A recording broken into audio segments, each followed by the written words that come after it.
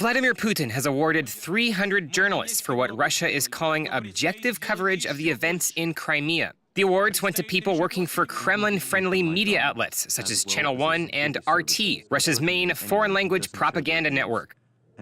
The Kremlin has invested hundreds of millions of dollars into such media ventures to justify its campaign of aggression toward Ukraine and to drown out legitimate sources of news. RT, long known as a platform for 9/11 conspiracy theories and anti-Western activists charading as expert analysts, alone received more than $350 million in direct funding from Moscow in 2012. RT editor-in-chief Margarita Simonian, who last month tweeted, "Ukraine, rest in peace," was among those who received awards for objectivity and professionalism.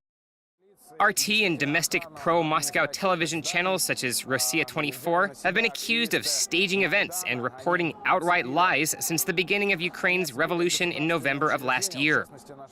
In one of Russian media's more bizarre reports, pro-Moscow network Life News claimed it had found a business card belonging to the leader of Ukraine's far-right group Pravy Sector at the scene of a deadly firefight in eastern Ukraine last month, parading it as proof the group was behind the attack. The report was so outlandish that the business card became a popular internet meme, with Ukrainians posting photos of it with astronauts on the moon and at the Yalta conference during the Second World War.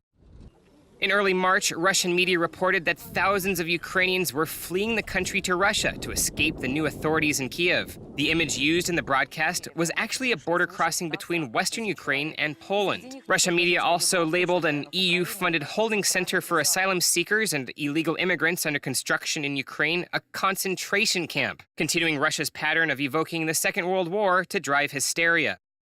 Russia's media war has increasingly spilled across the border. In Ukraine's east, television towers have been the target of Russian-backed separatists, who have taken them over and replaced local channels with Russian networks. Independent media inside Russia is increasingly under threat, even online. While the internet has been a sanctuary for free speech in recent years, the Kremlin is now beginning to expand its censorship net into the digital realm. Russia's parliament in late April passed a new law that targets bloggers, requiring them to register with the government and imposing the same restrictions as traditional news outlets. Kremlin allies have also taken over popular Russian social media platform VK and forced its founder to resign and flee the country. With pro-Kremlin media dominating the airwaves in Russia, Moscow is in a position to sow outrage and promote falsehoods to use as justification for its acts of aggression and expansionism. And with millions being pumped into foreign language propaganda networks, Russia can take the same message abroad.